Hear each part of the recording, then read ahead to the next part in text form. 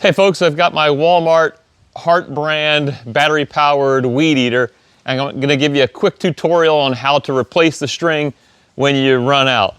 First thing, just to be safe, take off the battery.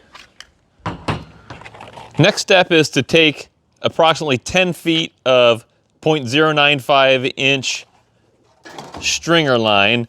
I suppose you could use something a little thinner, but this is going to cut better and it's what the manufacturer recommends. Then you're going to take the head here and this blue piece, you're going to spin it till these arrows line up. Now I will say that if you still have string left over or it's stuck in the head, there's a different process that you need to do first, and I'll post a link up above on how to do that.